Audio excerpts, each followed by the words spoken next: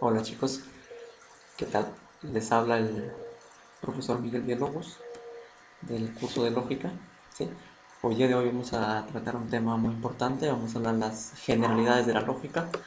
¿Sí? Vamos a hablar de estos puntos que ven acá, su etimología, su definición, su historia y también su división. ¿Sí? Vamos a empezar, pero antes de empezar, te recomiendo tener tu cuaderno en mano, tu lápiz, ¿no? Para que vayas apuntando algunos datos que iremos mencionando durante la clase. Que tenemos por acá, tenemos la lógica, vamos a ver. Vamos a hacer una introducción a lo que es la lógica. Muy bien, acá tenemos que hablar de este filósofo llamado Demócrito de Abdera. Era Demócrito de Abdera acá en lo que es filosofía. Sí, en lo que es filosofía, pues hablaba que la materia justamente estaba formada por los átomos. Nunca te olvides esto, ¿sí? La materia está formada por los átomos. Muy bien, ese es su aporte, digamos, en la filosofía, pues le llamaba su Arché, su Argé, ¿no? Recordemos que este filósofo pertenece al periodo cosmológico de la filosofía griega, ¿sí? Pero en la lógica veamos qué aportes tiene, mira, en la lógica dice, es el acuñador de la lógica, chicos, pero dirás, ¿qué significa acuñador de la lógica? ¿Sí? Acuñador significa, en otras palabras, aquel que mencionó, utilizó por primera vez este término, pues, hablando de la lógica, ¿sí? Muy aparte de eso, hay que recordar, pues, que Demócrito estudió tres cosas en la lógica. Estudió la inducción, lo vamos a subrayar, nunca te olvides, la analogía y las hipótesis, ¿sí? Nunca te olvides esto. Demócrito estudió la inducción, la analogía y la formulación de las hipótesis, ¿sí?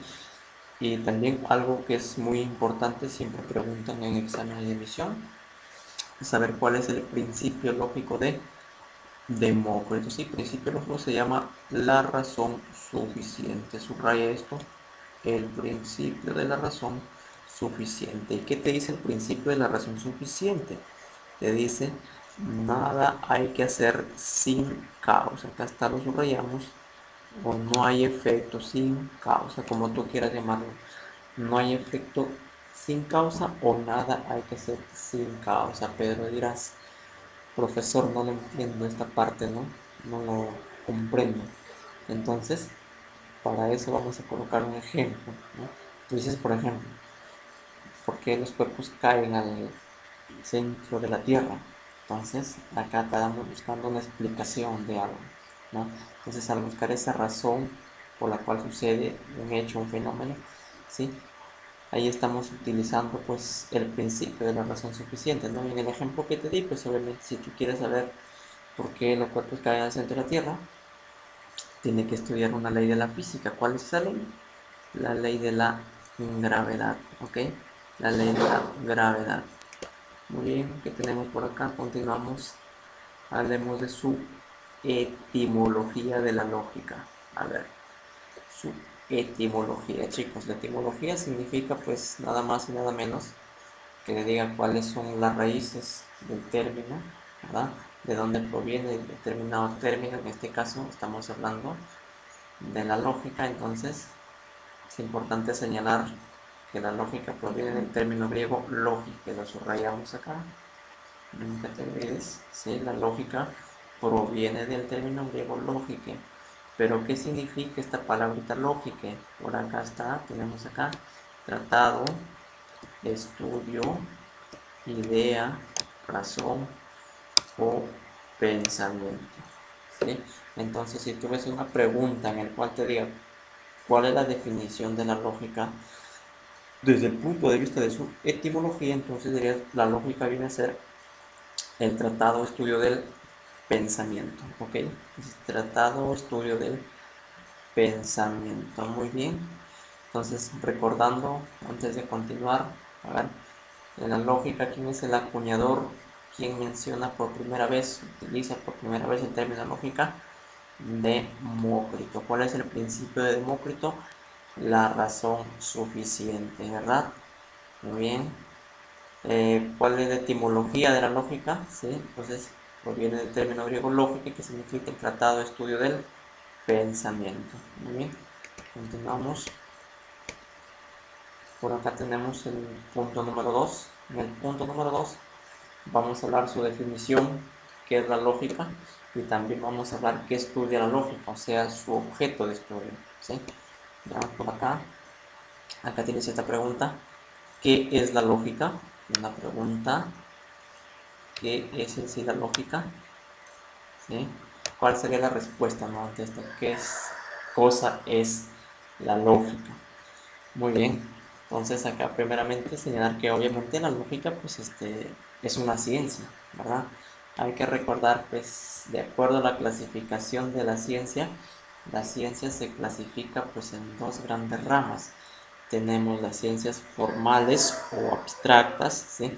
Son aquellas que se basan en ideas, y por otro lado vamos a tener las ciencias concretas, ¿verdad? Son aquellas que se basan en hechos, como por ejemplo una ciencia que se basa en hechos, tenemos la historia, la economía, por ejemplo, ¿no? Entonces, ¿cuál de las dos pertenece a la lógica, verdad? ¿Sí? ¿En cuál de los dos se encuentra ubicada la lógica? Veamos.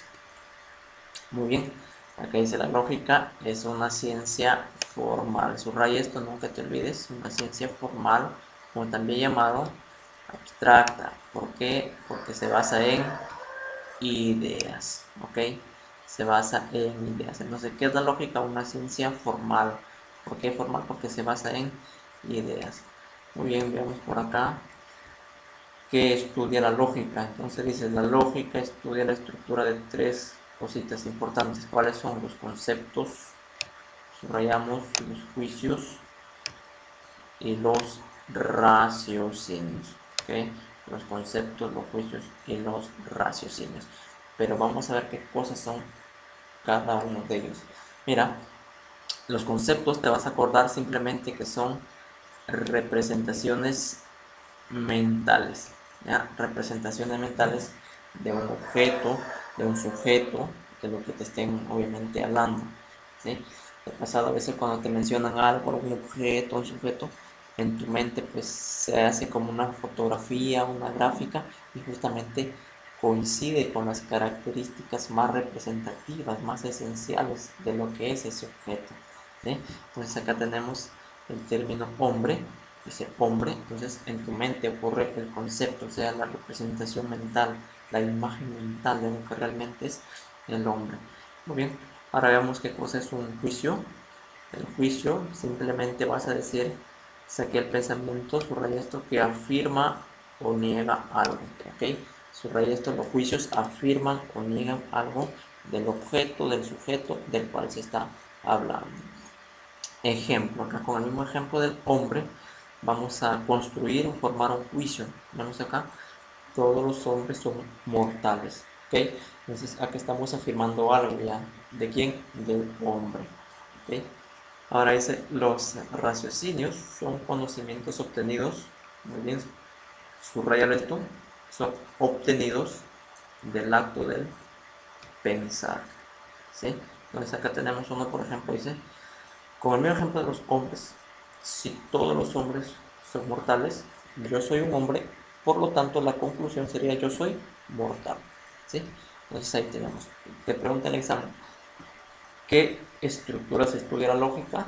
Tres estructuras, los conceptos, que son representaciones mentales, los juicios, que se caracterizan por afirmar o negar, y los raciocinios, que obviamente ya son aquellos conocimientos derivados, digamos, después de ser analizados, pensados, ¿verdad? Para llegar a una conclusión. ¿Qué más tenemos por acá? Un datito que nunca debes olvidar, que dice por acá. La lógica en este caso dice la teoría de qué. Acá tenemos la lógica, es la teoría de la inferencia. Nunca te olvides esto de acá, lo vamos a subrayar, lo vamos a encerrar, ¿sí? Esta palabra es importantísima, siempre te preguntan esto en los exámenes de emisión, chicos. Dice, la lógica es la teoría de la inferencia, ¿sí? Es, en resumen, el objeto de estudio de la lógica, la inferencia. Entonces, Pedro, te estarás preguntando, profesor, ¿y qué es una inferencia. Mira, la inferencia es simplemente el paso de un conjunto de premisas a una sola conclusión, ¿ok? Entonces, ¿qué es la inferencia? El paso de un conjunto de premisas a una sola conclusión. Muy bien. A ver, repasando nuevamente. ¿Qué es la lógica? Una ciencia formal porque se basa en ideas. ¿Cuáles son las tres estructuras que analiza, estudia la lógica? Los conceptos, los juicios y los raciocinios. En resumen, ¿qué estudia la lógica? La inferencia, ¿ok? Más adelante vamos a estar hablando un temita justamente que trata de la inferencia, ¿sí? Continuamos. Por acá tenemos el punto número 3. ¿Sí? Vamos a hablar de la historia de la lógica. Este es el punto más amplio que digamos de este tema, ¿sí? Más extenso un poquito porque justamente te habla de la historia o la evolución histórica de la lógica. Y pues acá tenemos que estudiarlo por etapas, por edades, ¿no? Y en cada etapa de la evolución histórica de la lógica tenemos que estudiar sus representantes, obras, qué aportes hicieron, ¿no? Entonces tenemos que, en otras palabras, hacer una línea de tiempo. Acá lo tenemos que estudiar la lógica en la edad antigua, ¿qué más? En la edad media, en la edad moderna y en la edad contemporánea. Y en cada uno de estos de acá nosotros tenemos que estudiar los representantes, los filósofos y cuáles fueron sus aportes, ¿no? A la lógica. Muy bien, vamos a empezar entonces. Empezamos por acá, tenemos la lógica en la edad antigua. A ver, ¿quiénes tenemos? Por acá aparece los sofistas. Muy bien, los sofistas. Chicos, ¿quiénes eran los sofistas? ¿Qué significan los sofistas? Mira, los sofistas son aquellos falsos maestros. Sí, los sofistas eran falsos maestros, ¿ok? O sea, digamos, eran considerados también los pseudosabios. Ellos supuestamente se dedicaban a enseñar, practicaban bastante la oratoria, ¿sí? Pero su forma de enseñar era por medio de mentiras, ¿ok? Y cobraban una remuneración. También tenían la intención de formar líderes políticos. Y entre estos sofistas, por ejemplo, tenemos Protágoras, Gorgias y Calícles. Profesor, ¿son los únicos sofistas? No, chicos, estos de acá son los más representativos, los más importantes, pero hay muchos más sofistas. Veamos por acá que tenemos los sofistas, hasta lo que te mencionaba. Los sofistas son los pseudo sabios. ¿Qué significa los pseudo sabios? Falsos sabios, ¿ok? Falsos sabios, dice acá, utilizaron las falacias. Profesor, ¿y qué son las falacias? Sí, las falacias también es un temita que vamos a estar hablando más adelante. Por acá solo te hago una aclaración. Un sinónimo de falacia es una mentira, ¿sí? Una mentira, ¿sí? También se le define así. Son errores o equivocaciones en los razonamientos, ¿sí? Son aquellos razonamientos que aparentemente se nos parecen o se nos presentan como válidos y correctos, pero cuando nosotros somos muy cuidadosos, lo analizamos minuciosamente, nos damos cuenta pues que estamos en un error en los razonamientos y a eso se le llama justamente una falacia, ¿ok? Dentro de los sofistas es importante estudiar a Protágoras porque Protágoras en la lógica es considerado como el primero en estudiar oraciones afirmativas y negativas, ¿ok? Primero en estudiar las oraciones afirmativas y negativas. Muy bien, continuamos por acá. Aparte de los sofistas, ellos hablaban con las mentiras, vamos a tener un filósofo que era todo lo contrario, que hablaba con la virtud, con la verdad, con ética, con moral. Entonces, es este señor que notas acá. ¿Quién será este señor que notas acá? Veamos. Sócrates, muy bien. Sócrates, acá dice Sócrates el fauno. Profesor, ¿y qué significa el fauno? El fauno significa el feo. Sí, feo, el feo. Muy bien. De Sócrates, en la lógica es importante señalar que estudió el razonar, filósofo de la definición, y su frase muy popular, muy conocido, su frase solo sé que nada sé. Es una frase muy popular, muy conocida, pero aparte de esta frase, pues obviamente tiene muchas frases, ¿no? Por ejemplo, otra frase muy conocida de Sócrates: conócete a ti mismo, habla para conocerte. Otras frases, ¿no? Sócrates también murió condenado a beber la cicuta. Profesor, ¿y qué es la cicuta? La cicuta, pues obviamente es un veneno, ¿no? Un veneno. Hay que tener en cuenta de que los sofistas con Sócrates acá había un enfrentamiento, un versus, digamos acá, ¿no? Entre ambos, un versus, un enfrentamiento bien entre estos dos, ¿no? ¿Por qué? Porque los sofistas hablaban con la mentira, mientras que Sócrates se enfrentó a ellos hablando con la virtud y con la verdad. Y por esta razón justamente Sócrates considerado padre de la ética, padre de la moral, ¿sí? Otro dato que debes saber, que Sócrates no formó ninguna escuela. Sócrates no escribió ningún libro, ¿sí? Solamente se le conoce por sus diálogos, ¿sí? Y por sus escritos de Platón. ¿Quién era Platón? El discípulo de Sócrates. ¿Ok? Entonces, repasando, a ver, recordando, los sofistas eran los mentirosos, los falsos sabios, los falsos maestros, y utilizaban las falacias. Sócrates, el fauno, Orfeo, aparte del fauno, si gustas también apúntale, se le llamaba el partero de ideas, ¿sí? En la lógica que aportó él, estudió el razonar, definición, también su frase conocida, solo sé que nada sé, ¿no? Y recalcar también que murió bebiendo la cicuta, ¿ok? Vamos a continuar, ¿qué más tenemos?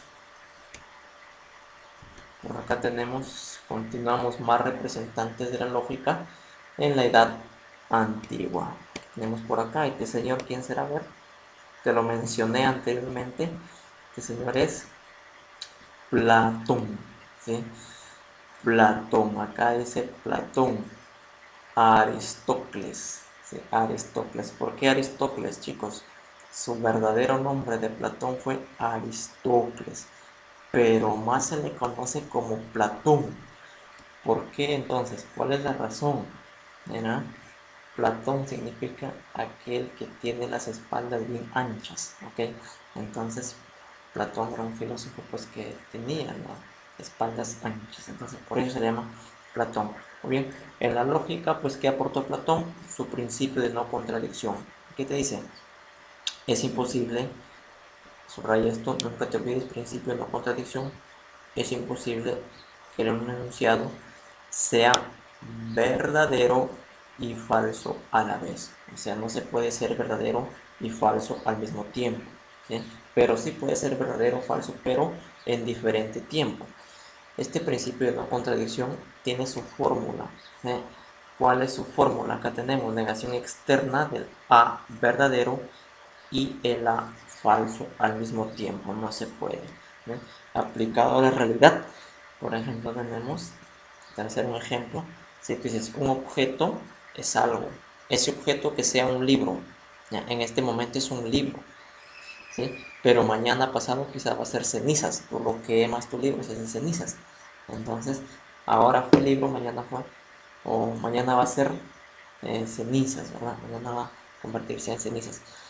Entonces puede ser libro ahora y mañana cenizas, pero no puede ser libro y cenizas al mismo tiempo, pero sí en diferente tiempo, más al mismo tiempo. Muy bien, entendido esto, tenemos pues una obra importantísima en la lógica de Platón.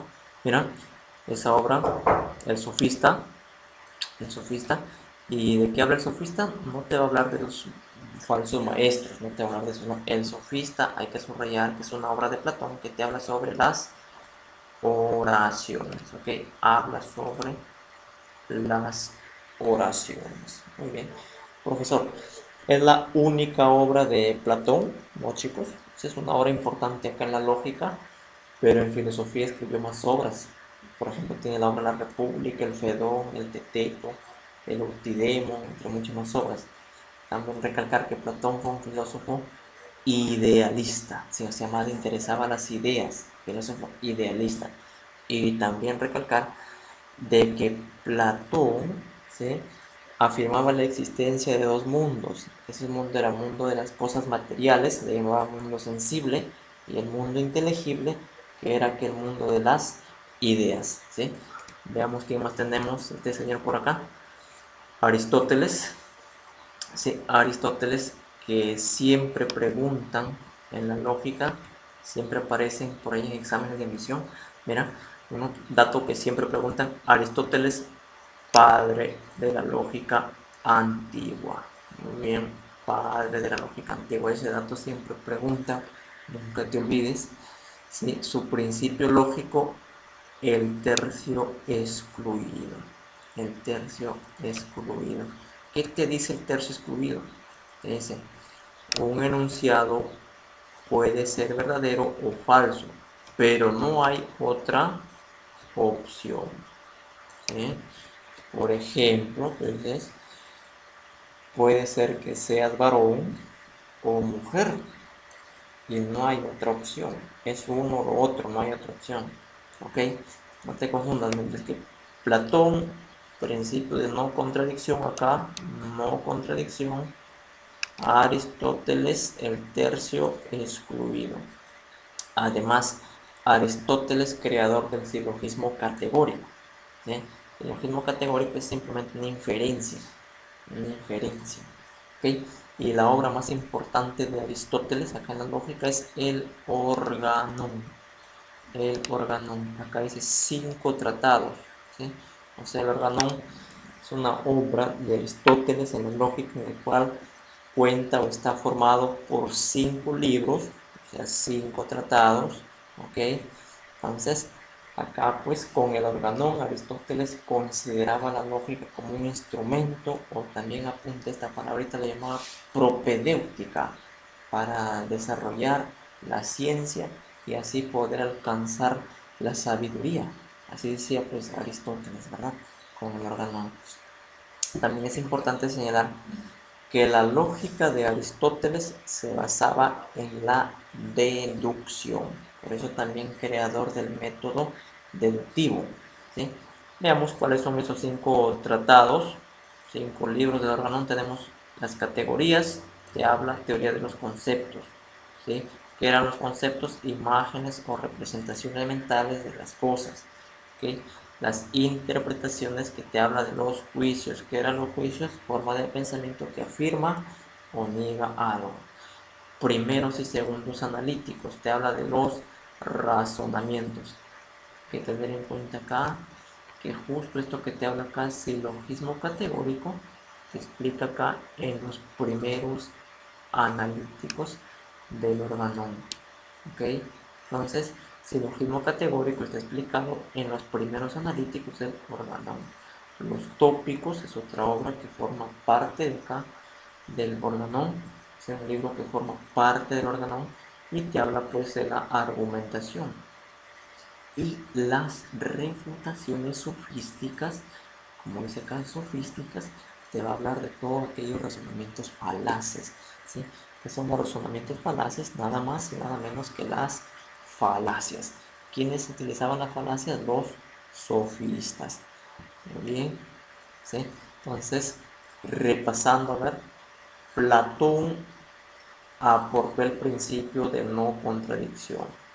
Su obra, El Sofista. ¿Ok? Aristóteles, chicos, Aristóteles, padre de la lógica antigua, ¿verdad? Su principio lógico, el tercio excluido, y su obra, su libro, el Organón. Sí, esos son los datos más importantes que tienes que aprender por ahora. Más adelante van a haber más datos que tenemos que ir mencionando para mejorar tu aprendizaje. Continuamos por acá. Que tenemos, estamos en la letra B, la lógica en la Edad Media. Acá tenemos la lógica en la Edad Media. Chicos, ¿dónde se desarrolla la lógica en la Edad Media? Acá dice la respuesta: se desarrolla en escuelas y universidades, ¿sí? Subraya esto, escuelas y universidades de Europa Occidental, ¿ok? ¿Sí? O sea, en estas escuelas, universidades de Europa Occidental era donde hay más se enseñaba justamente lo que es la lógica, pero había una universidad que era considerado como el centro de la lógica, ¿ok? O sea, en esta universidad, pues eran bien estrictos de que el alumno aprenda sí o sí la lógica. ¿Cuál era esa universidad? Veamos, tenemos la Universidad de Oxford, ¿eh? Esta Universidad de Oxford que hasta el día de hoy existe, pues queda en Inglaterra, todavía existe, y acá justamente era, ¿no? Desde la Edad Media, donde se hacía que el alumno aprenda sí o sí la lógica, ¿ok? Ahora veamos quiénes son los representantes de la lógica, pero en la Edad Media. Tenemos acá máximo exponente de la lógica en la Edad Media, máximo exponente se llamó Duns Scotus, nunca te olvides, máximo exponente, el más grande de la lógica. En la Edad Media se llamó Juan Duns Scotus, pero él no fue el único, hubieron mucho más estudiosos de la lógica donde complementan el trabajo que realiza Scotus para llegar justamente, como le dice acá, al periodo de madurez de la lógica.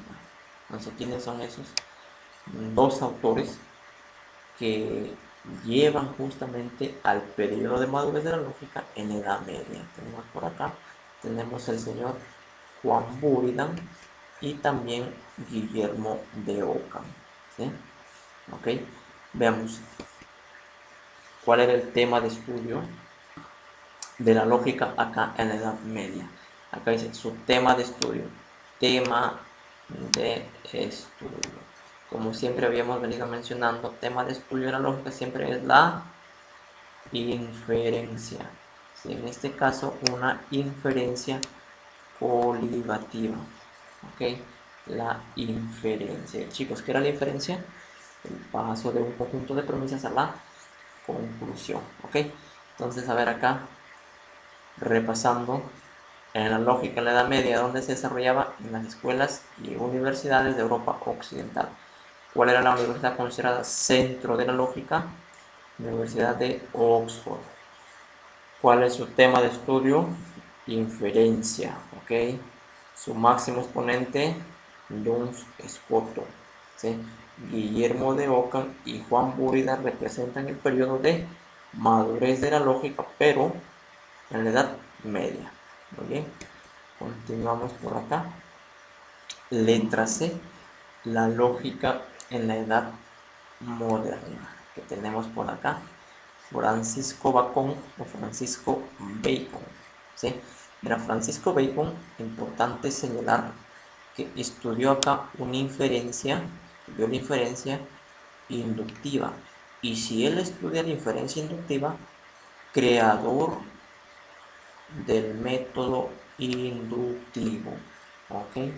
Chicos, en economía te han explicado de que hay dos métodos, ¿no? El inductivo y el deductivo. El inductivo consiste en ir, digamos, de datos particulares hasta concluir datos generales.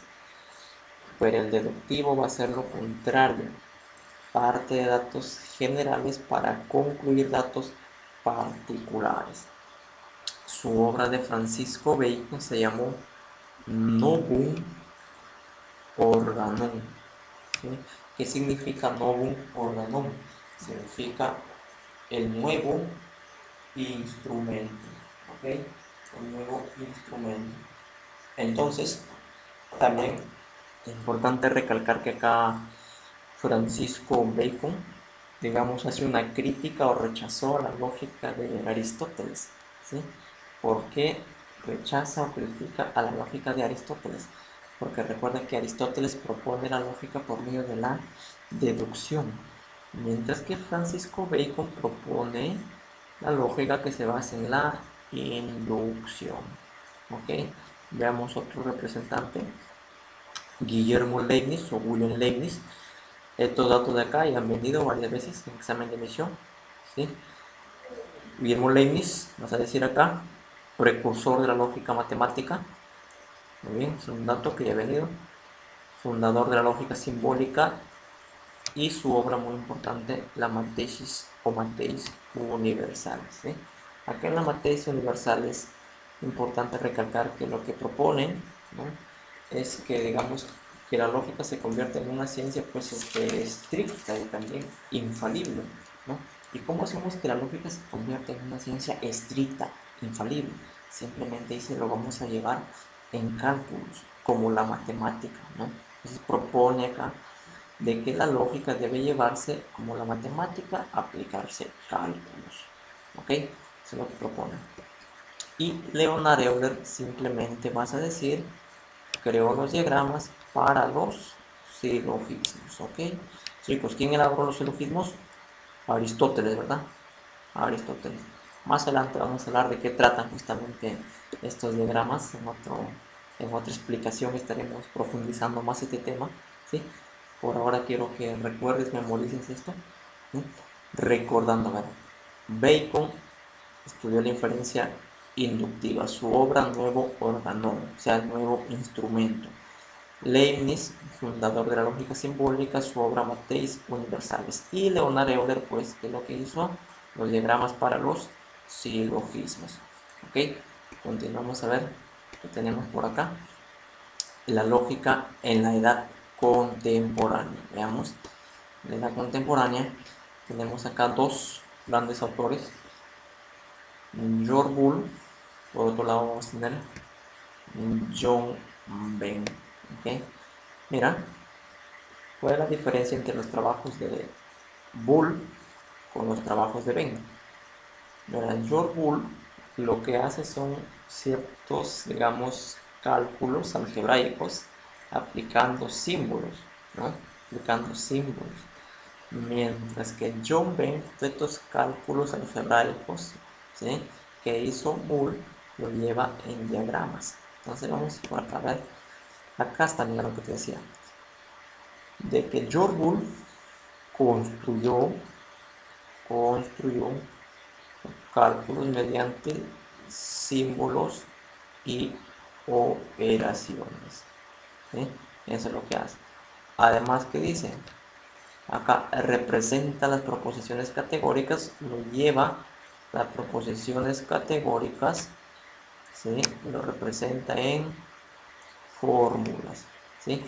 Y es lo que más te venía en los exámenes de admisión. ¿Cuáles son sus obras? Análisis matemático de la lógica, es una obra que ya han preguntado, y la investigación de las leyes del pensamiento, ¿sí? Ok, ahora veamos el trabajo de John Venn. John Venn simplemente acá dice, lo representa todos los procesos algebraicos de Boole, dicen todos los procesos algebraicos de Boole en diagramas, ¿sí? Entonces quedó claro que George Boole trabaja con fórmulas, ¿eh?, con fórmulas, aplicando pues símbolos. Todas estas fórmulas, estos símbolos, John Venn pues lo lleva en los diagramas. Veamos por acá unos ejemplos, pero antes de colocar un par de ejemplos, tenemos pues que recordar esta parte de acá por medio de conjuntos. Por ejemplo, cómo se representa cuando un conjunto, el conjunto A, sea pues igual al vacío, y qué significa, cómo se representa cuando el conjunto A sea diferente, en este caso, del vacío. Veamos. Mira, cuando dice el conjunto A es igual al vacío, aparece aquel conjunto, pero si tú te das cuenta, está toda esta parte de acá, está sombreado o pintado de color negrito, todo pintado, subrayado. ¿Eso qué quiere decir? Como acá dice vacío, justamente que no tiene ningún elemento, ¿sí? O sea, cuando no tiene ningún elemento se tiene que pintar, ¿ok? Ahora, ¿qué pasa cuando me dicen el conjunto A diferente del vacío? Veamos. Ahora si acá aparece el conjunto, pero ya no lo vamos a pintar, sino tú ves acá una X. Muy bien, ¿y qué significa la X? La X significa de que existe un elemento dentro del conjunto, por lo menos uno. Por eso acá dice diferente, existe elementos. Muy bien, entonces cuando es igual al vacío se pinta, cuando es diferente al vacío se coloca la X. Muy bien, entonces veamos ahora los ejemplos. Acá tenemos la proposición categórica, tenemos dos proposiciones categóricas. Vamos a hacer su fórmula booleana y su diagrama de Venn, ¿sí? En esta parte de acá, en esta columna, vamos a nosotros colocar el trabajo que hizo acá, trabajo que hizo Boole. Mientras que en esta columna de acá a la derecha, vamos a colocar todo el trabajo que hizo el señor Venn. ¿Ok? Dice, todo varón es fiel. Esto de acá representa la proposición categórica. Entonces, esta proposición categórica se representa en una fórmula booleana. Veamos, acá está. La fórmula booleana dice si del S, complemento del P igual al vacío. Muy bien, esta fórmula de acá es para esta proposición categórica. ¿Ok? Entonces, tenemos ahí, dice si del S, no del P, igual que vacío. Pero es profesor, ¿por qué S y por qué P? S significa el sujeto. ¿Cuál vendría a ser el sujeto? Varón. Y el P pues significa el predicado. ¿Cuál vendría a ser? Fiel. ¿Ok? Entonces, esta de acá son los cálculos que estamos hablando acá pues de que realiza George Boole. Mientras que esta fórmula de acá, donde lo lleva, ven a su diagrama. Vamos a ver. ¿Sí? Entonces tenemos acá. Mira, recuerda cuando era igual, cuando era la igualdad que se hacía, cuando es igual se pinta, ¿verdad? Se pinta. Muy bien, entonces acá tenemos que pintar. Entonces, ¿por qué le hemos pintado justamente todo el P? Perdón, todo el S, esta parte del S, pero que no esté en el P. Entonces, porque acá justamente te dice, si del S, este rayita significa complemento, o sea que no esté en el P, tenemos que pintarlo. Y por eso aparece pintado esta parte de acá. ¿Sí? Entonces es fácil. Una vez que yo sé la fórmula booleana, puedo deducir el diagrama de Venn. Veamos otro ejemplo. Dice, algún varón es fiel. Entonces, veamos cuál es su fórmula booleana e inmediatamente hacemos su diagrama de Venn. Acá tenemos la fórmula booleana, dice si del S, si del P, en este caso diferente del vacío. ¿Sí? Diferente. Recordamos chicos, cuando es diferente del vacío que se pone, si es diferente que se pone, se coloca la X. Veamos. Acá está el diagrama de Venn. ¿Ok? Profe, ¿por qué le he puesto acá en toda la intersección la X? Porque justamente acá te manda la fórmula booleana que esté en el S y que esté en el P. El único lugar donde pertenece al S y también al P es la intersección. Y como es diferente, me manda a colocar la X. Muy bien, chicos. Entonces, antes de avanzar, continuar, hacemos el repaso.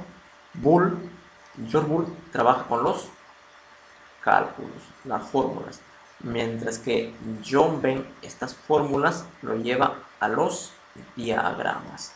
¿Ok? Lo lleva a los diagramas. Ahora sí, continuamos. Vamos a hablar, ¿no? Continuamos acá. Seguimos con la lógica en la edad contemporánea. Tenemos más autores. Acá tenemos Gottlob Frege, padre de la lógica moderna. ¿Sí? Hay que señalar este dato acá. Padre, considerado padre de la lógica moderna. Pero dirá, si ya estamos en la edad contemporánea, ¿por qué se le menciona que es el padre de la lógica moderna? ¿Ve, chicos? Acá para evitar confusiones, hay que tener en cuenta de que Frege en sí pertenece a la lógica moderna, pero de acuerdo a la ubicación, a la elaboración del prospecto de la Universidad Pedro Ruiz Gallo, a la cual muchos aspiran postular, se le ubica dentro de la edad contemporánea, pero recalcando que es el padre de la lógica moderna, ¿sí? También importante que Frege inventó los cuantificadores lógicos, sobre esto, cuantificadores lógicos, su obra Conceptografía, ¿sí? Además también ahí puedes ir pues apuntando de que Gottlob Frege estableció las diferencias entre una constante y una variable. Además de eso, pues Gottlob Frege da el concepto de lo que es una función lógica. Ahora pasamos, Bertrand Russell, subraya esto, tiene que señalar que Bertrand Russell o Bertrand Russell es el padre, en este caso, padre de la lógica contemporánea, ¿sí? Y escribió una obra muy famosa, esta obra se le llama La Principia Matemática, la Principia Matemática, ¿sí?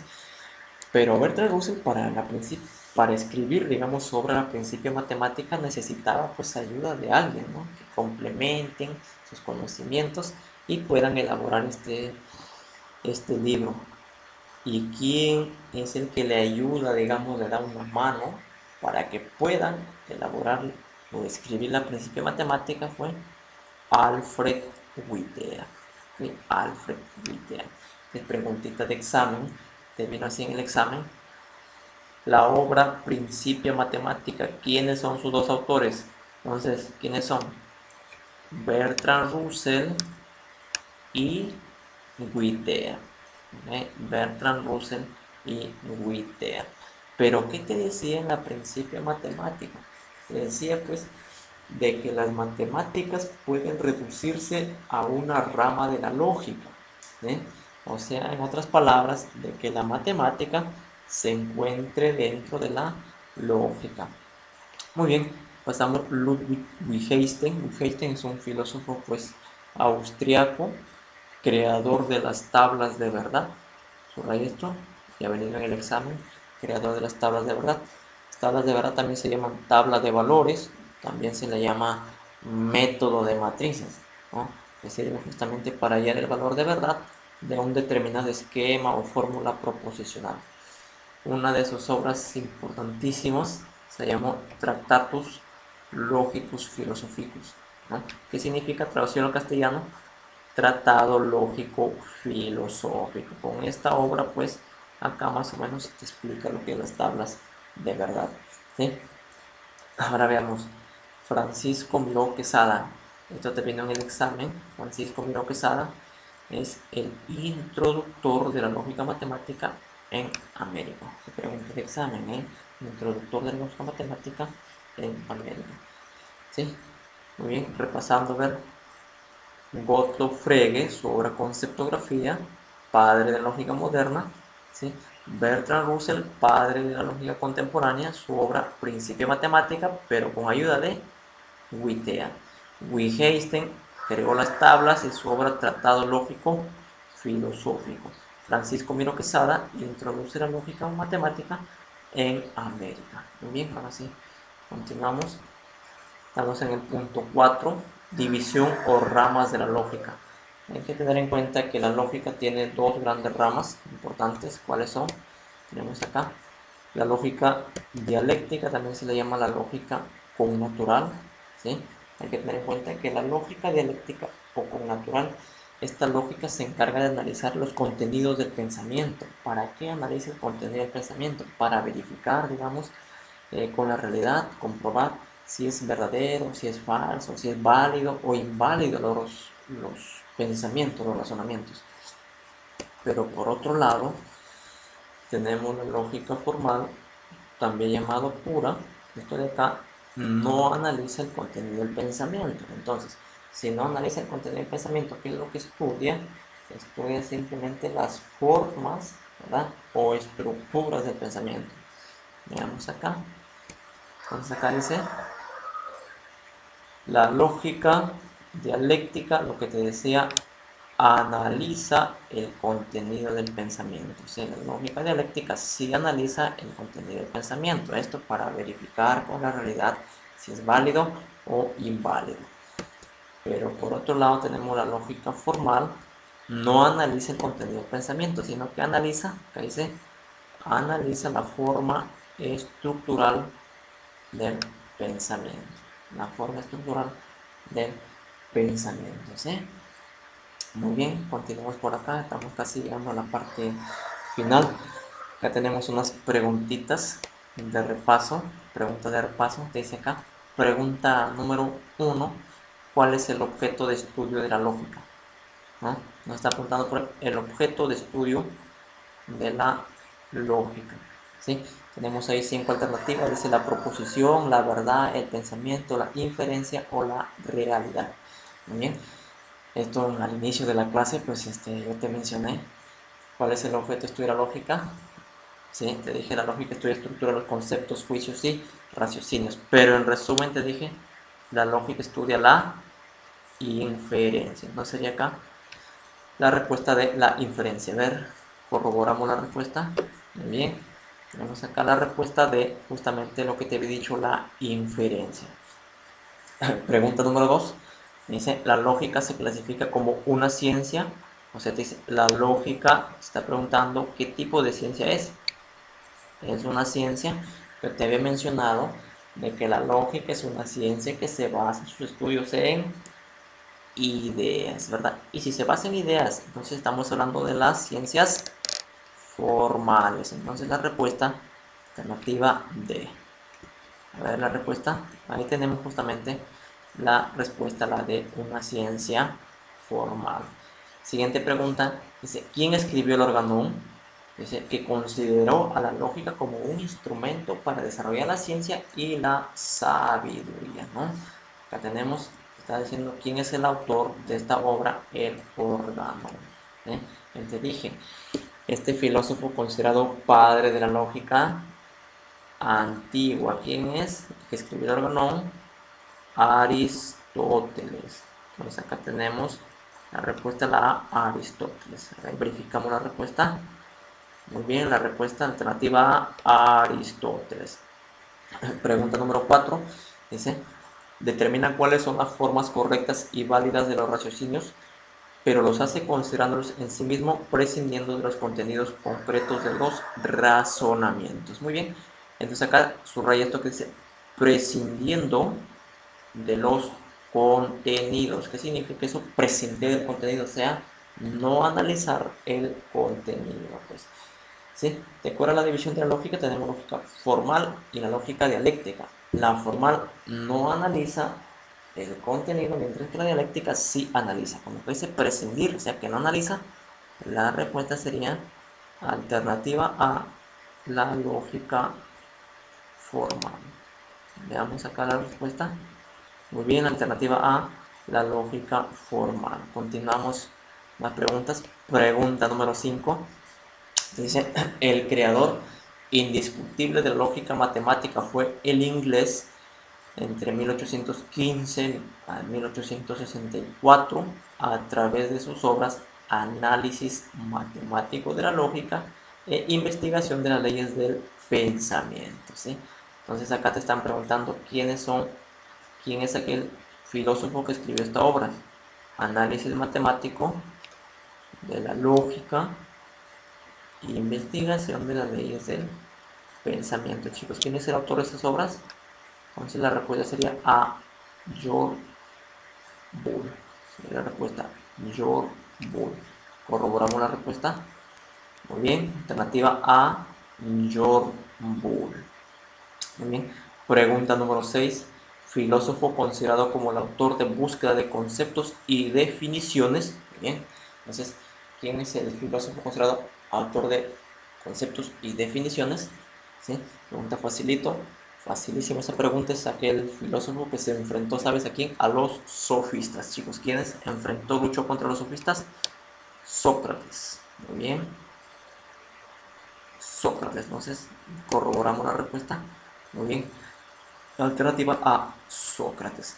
Muy bien, pasamos. Pregunta número 7. Esta es la respuesta, es alternativa A. Pero leamos la pregunta. Dice, una proposición no puede ser verdadera y falsa a la vez. Este enunciado pertenece a qué principio lógico. ¿Te acuerdas quién dijo esto? Que no puede ser verdadero y falso a la vez. Platón. ¿Cuál es el principio de Platón? No contradicción. Ahí tenemos no contradicción.